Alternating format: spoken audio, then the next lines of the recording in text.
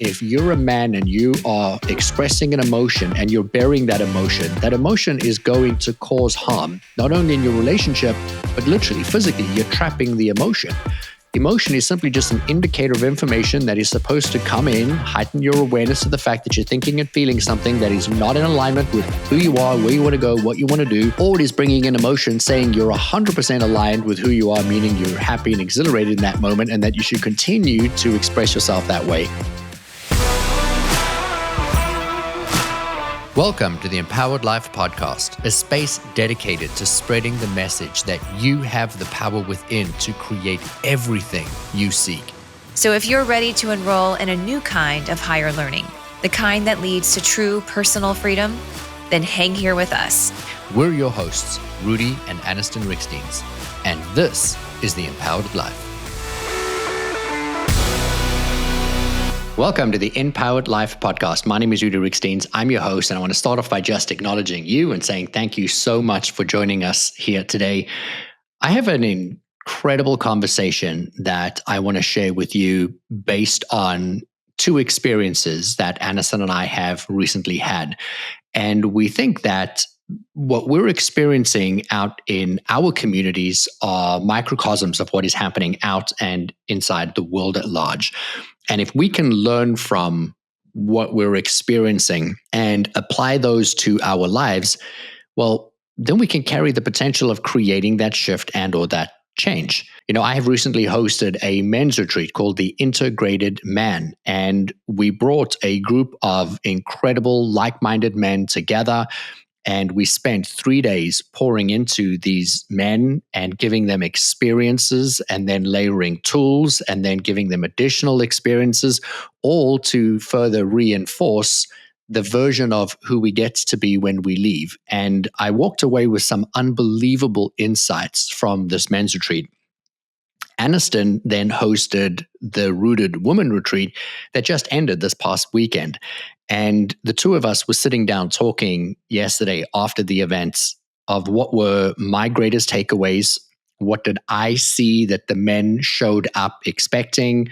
How did they react or respond to the content that we were sharing? And then what did they most need? And then at the end of it, what do we feel that they walked away with, you know, having watched all of the testimonial videos and having had conversations with the men? And then Aniston having gone through this experience so recently as early as this weekend. And then what were her greatest takeaways? You know, what did she hold the intention for? How did they show up? What were they looking for?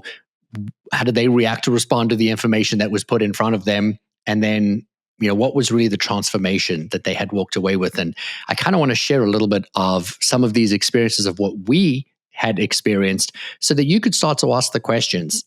Firstly, if you're a guy listening to this, then you know, how much of what you're going to be hearing me talk about now is showing up for you in your life? And could you potentially give yourself the necessary shift that so many of these men were looking for? And if you are a woman, then, you know, where can you utilize this information to create that necessary shift in you? But if you have a partner, can you support them in seeing where they are also showing up, and how can you support them in creating those necessary shifts or changes? And that's really what birthed the idea for me to bring this episode to the InPowered Life Podcast today. You know, we had 22 incredible men at this retreat, and so many of these men have achieved tremendous success in life. You know, we have solo entrepreneurs, we have people that have started really large companies, and then we had, you know, individuals who were just starting out in life. We had a couple of men who elected to bring their sons to the retreat. And so we had 5 young men at this retreat. We even had one of the men bring one of their fathers. And so we had literally 3 generational groups of men that then were represented inside of this incredible, beautiful, what I lovingly refer to as the sacred container.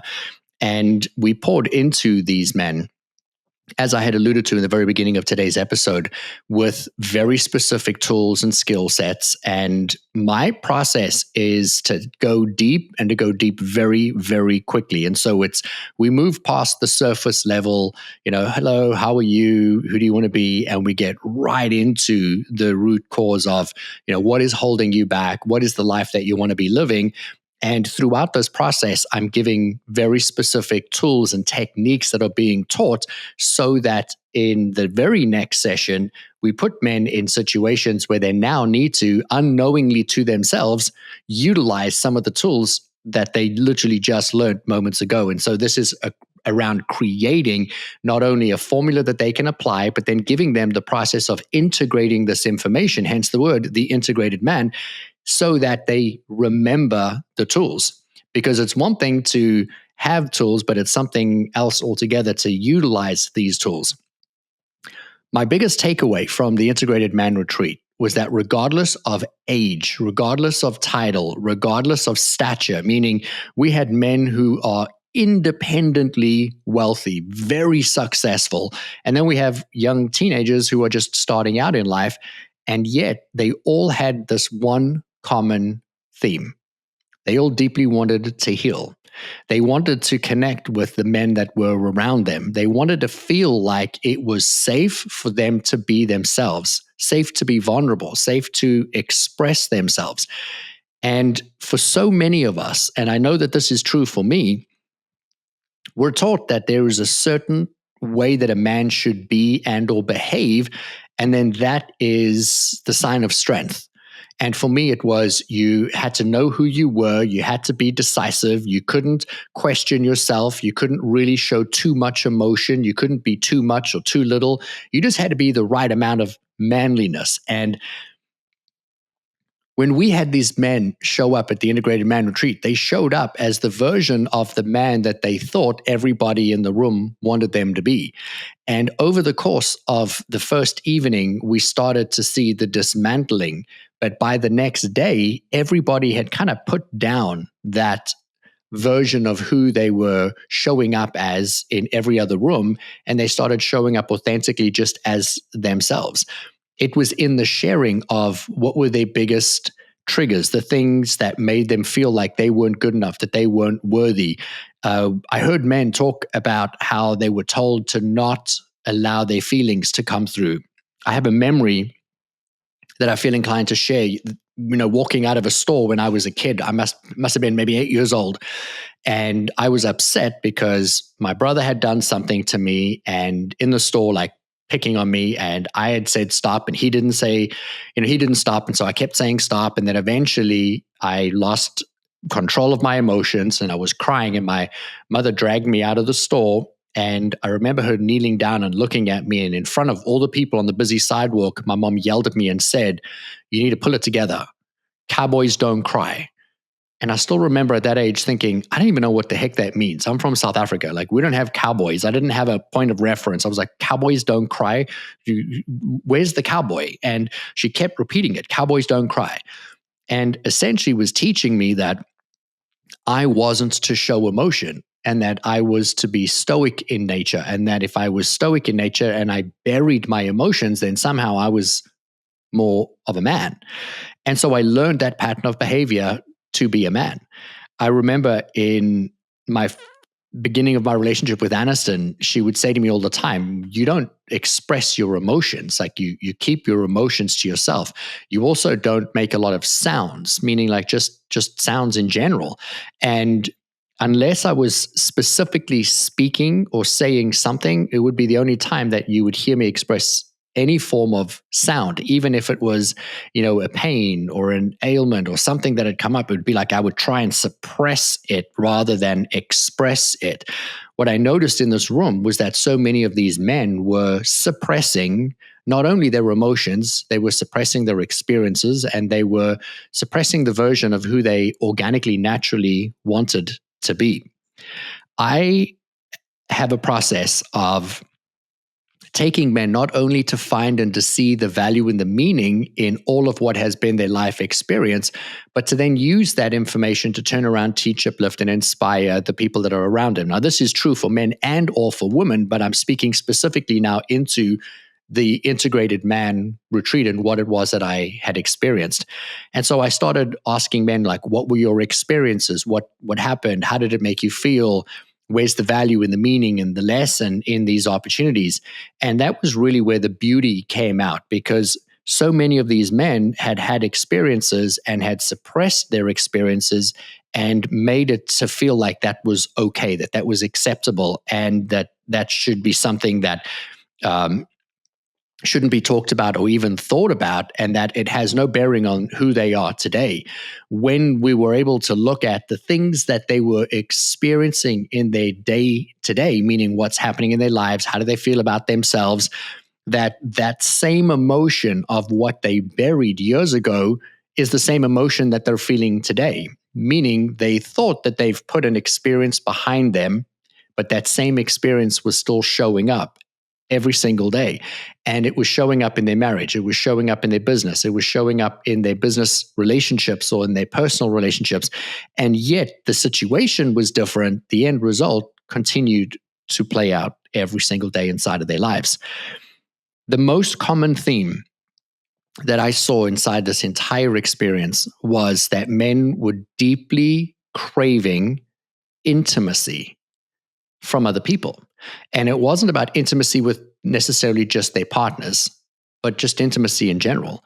And I want to break down the word intimacy for you. Hey, it's Aniston Riekstins here, and I want to ask you, have you ever wondered if there's more to your life and work than what you're doing right now?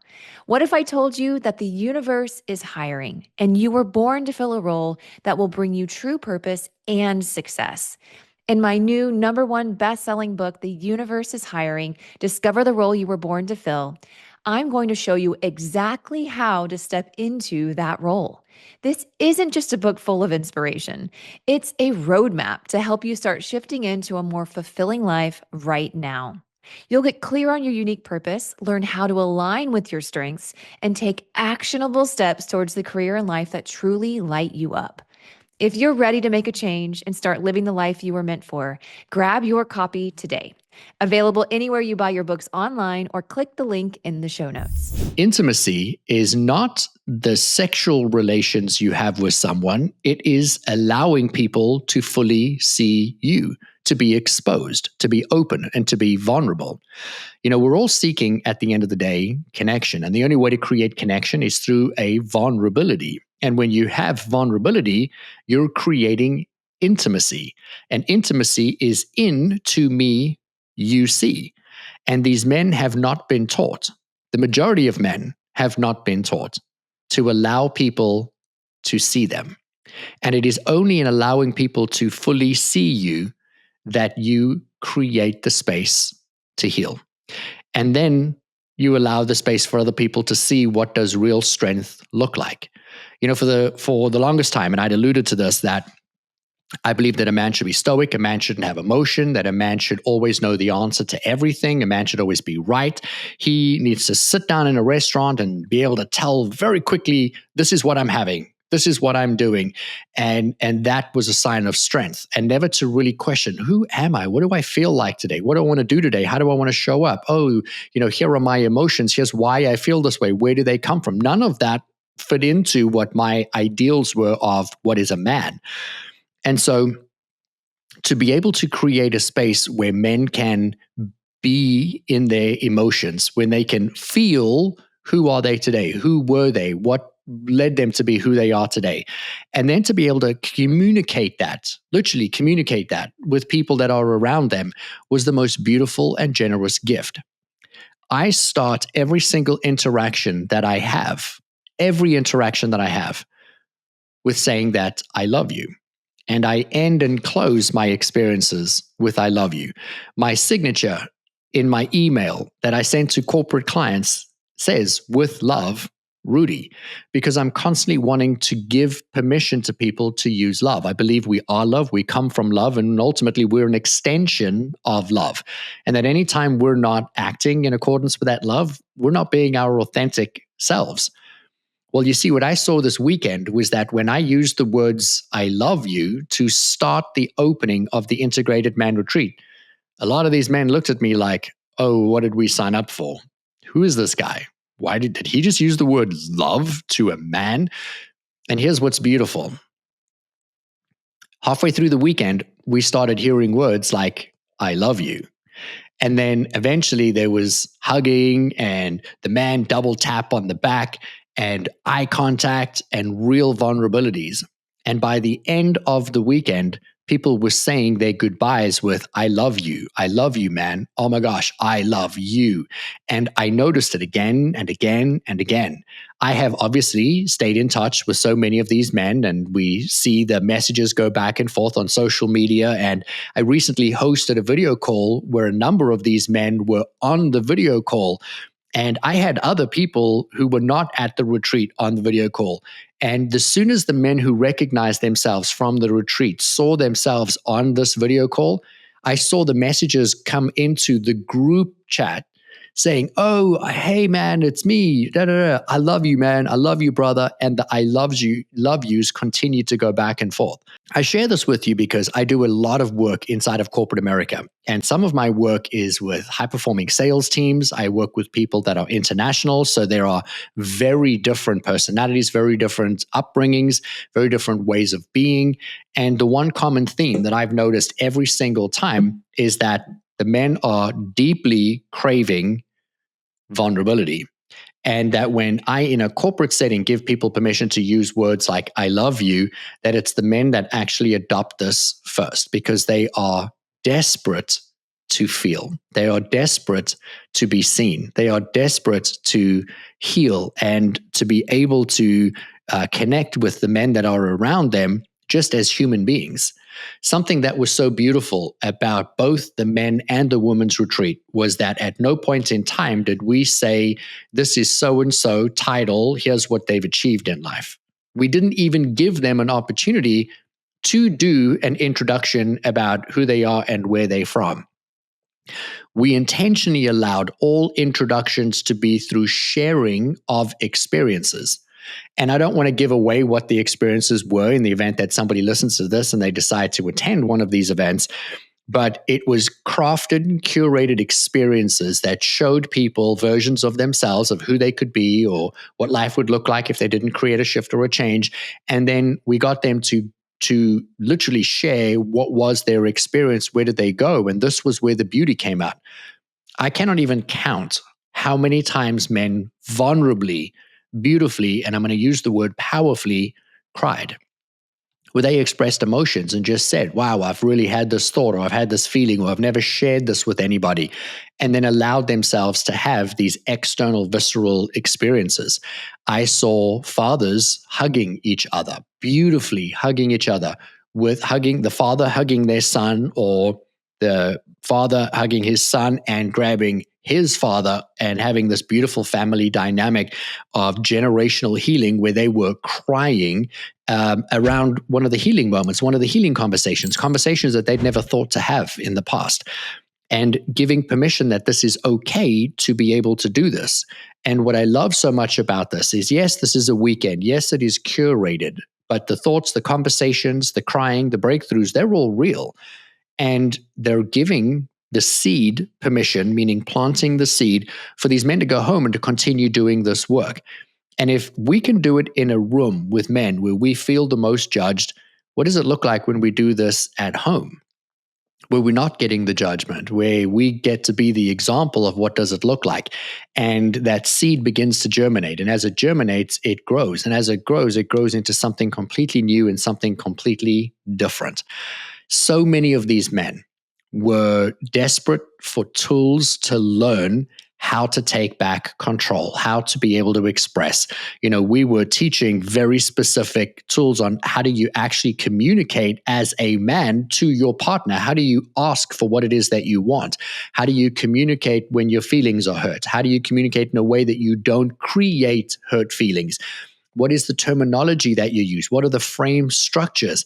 And these men were feverishly writing down these notes, wanting to immediately be able to go back and to articulate their emotions without adding unnecessary emotion to the situation.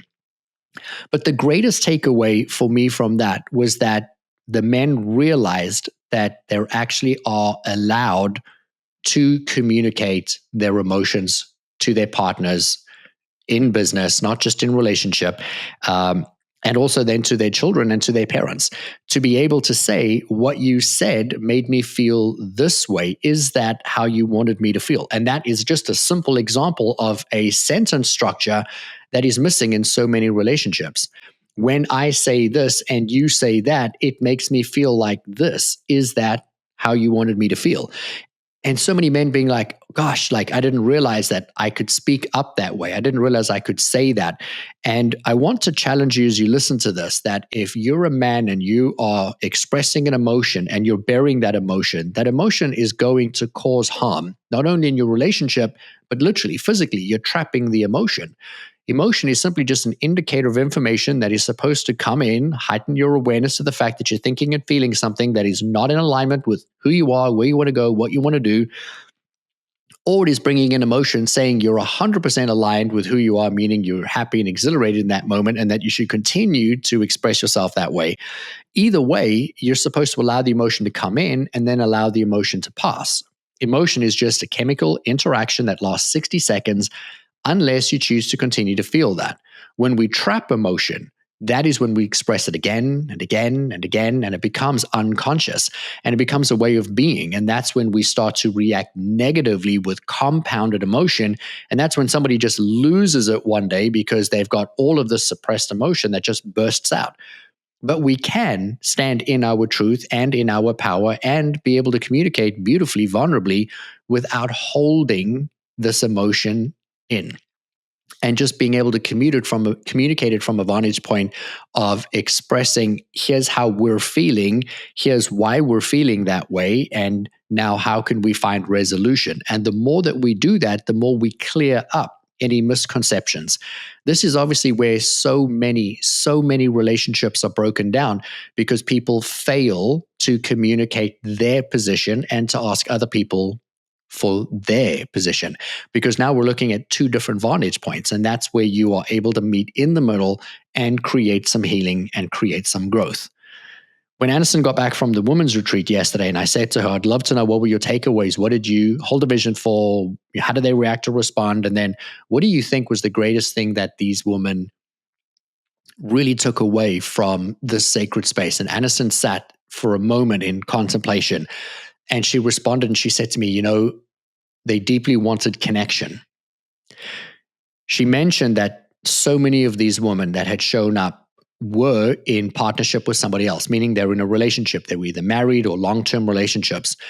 But in addition to their long-term relationships, romantic relationships, they had friendships. And in addition to their friendships, they had businesses or business relationships.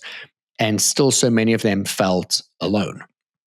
Not alone in the sense that they felt like they were depressed and they didn't have anyone around them. They felt like people couldn't see them. People were not giving them the safety or the security to show up as the full, whole breadth version of themselves.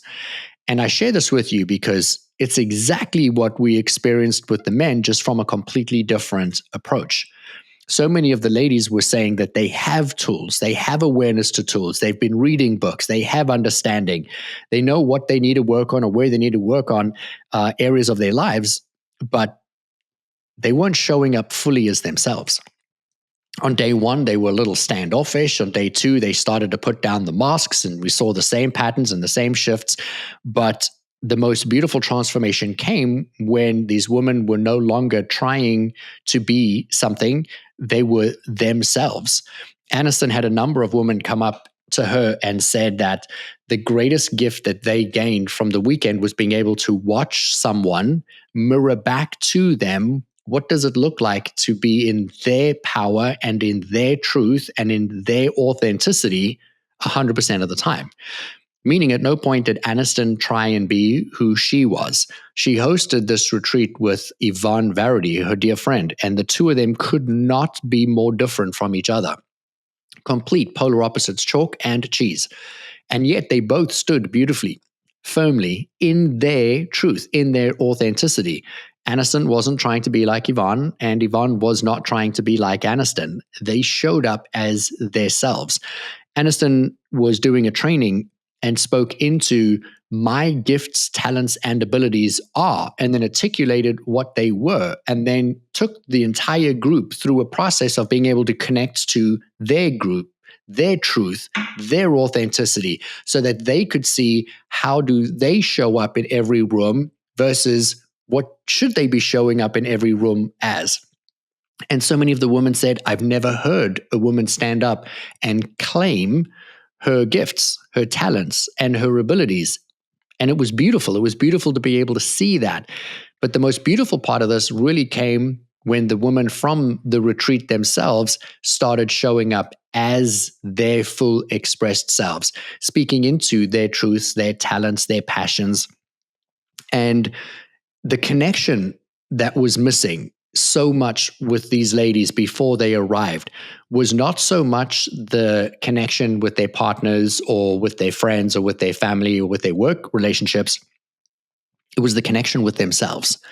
And it was the connection to fully connect to the person that they are and to allow that person to express themselves. There were two things that I really think were so powerful, one in each of the men's versus the women's retreat, that really speaks into humanity. And the common theme in that was that both the men and the women were waiting for permission to be seen. I want you to think about what I just said. The majority of us are walking around every single day in our relationships and intimate relationships, our business relationships, and then obviously in our friendships.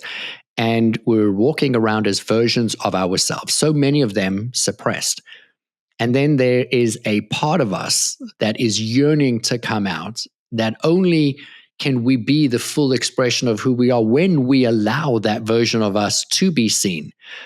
But we're walking around in silence, hoping somebody taps us on the shoulder and says, hey, love, it's okay. You can step out now. It's safe.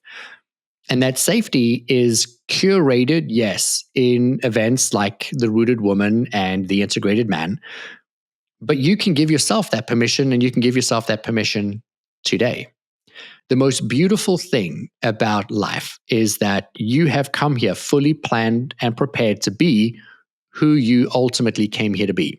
And that you have to, at some point in time, stop asking the question of how should I show up? Who wants me to be? How? And then just show up as the full breadth of who it is that you want to be.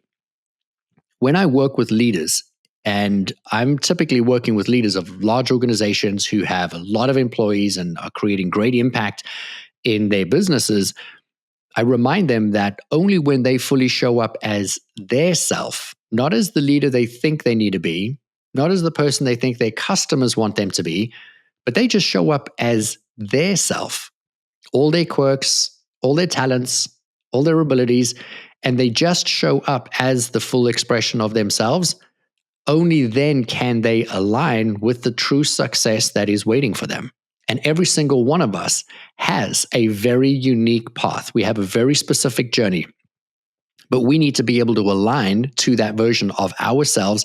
And then we need to bring it out unapologetically and, show up out into the world every single day as that version of ourselves. And the more that we do that, the more that we give other people permission to be able to do the same. And so I'm going to challenge you today. I'm going to challenge you to create connection. First, starting with yourself. I would recommend you sit down with a pen and a paper and do some journaling. This is for the men and this is for the women. How can you right now show up more authentically as you? I want you to write out the question as well. What are your unique gifts, talents, and abilities? And I want you to write down as many of them that you can think of. And then I also want you to ask yourself, what absolutely lights you up? Something that you could talk about all day, every single day, something that you get really passionate about when you speak about these topics. And then where do you bring any of these into your interactions every single day? And if you could rate them on a percentage scale so that you could actually see, wow, you know what? My passion is this, this, and this. How much did I speak about this today? I didn't at all. How could I bring these things into my work? How could I bring them into my relationship? And then I want you to think about what are some of the things that you've gone through in your life, some of your experiences. Maybe it's things that are showing up in your current relationships. that cause you heightened levels of emotion? And are you able to communicate them from a position of authority, from a position of power? And when I say authority and power, I mean as you. Can you acknowledge when you say this makes me feel this way? Yesterday evening, I had a conversation with Aniston, and this doesn't have to be long. It doesn't have to be painful. But when you do this often enough, it becomes pretty efficient because both people are aware of what is happening at the time that it is happening. And so you can move through it significantly faster. So Aniston and I had a conversation about 3 or 4 days ago on a topic, and we both agreed, yes. And I had said, I feel really strongly if you could support me in this thing when you leave. And she said, yep, got it, 100%. When she came back from the retreat, I had said to her, hey, did you follow through on that thing? And she goes, oh, no, I didn't, and dismissed it. And I said to her, but I asked you. And then she said, oh, I know, but it wasn't a big deal, and dismissed it again. And I found over the course of the rest of the day, it was really gnawing at me because I started to feel like my words didn't matter. We agreed to something and she didn't follow through on what we had both agreed to. And so she was dismissing me and what I deemed important. There were two things that frustrated me. The one was that I had communicated something that was very important to me and she'd agreed to it. And so because I'd communicated and she'd agreed to it, we were now supposed to be aligned and on the same page. And then she didn't follow through on what we had agreed. And then the second part of that was that she dismissed it, meaning making it seem as if it was insignificant. And so the fact that she knew it was important to me and didn't do it, and then dismissed how important it was to me, those 2 points really upset me. And so later that evening, the two of us were sitting in our bedroom and we were having tea while we were reading. And I turned to her and I said, hey, in my past business relationship, I had two business partners who would agree to things. And then when we would leave the meeting, they would do whatever they wanted anyway. And it was very triggering to me and it really hurt my feelings. And it made me feel like they were dismissing me and that they would agree to something just to get me to agree to be quiet so we could move on and so that they could continue to do whatever it is that they wanted to. And then it really made me feel like, and then I listed those emotions. I then said to her, today you did the same thing to me. We agreed 4 days ago on something and we both made eye contact and you said, yes, I agree. And I said to you, it's really important to me, and you nodded. And so I felt heard, valued, and that we were both on the same page. It was understood. And then today it didn't follow through. And so when I asked you, did you? You didn't say, oh, I didn't, here's why. You just dismissed it. You said, oh, it wasn't that important. And so you were saying that I wasn't that important. And here's how it made me feel. And it triggered the same emotions from my past. And then I said, is that really how you intended to make me feel?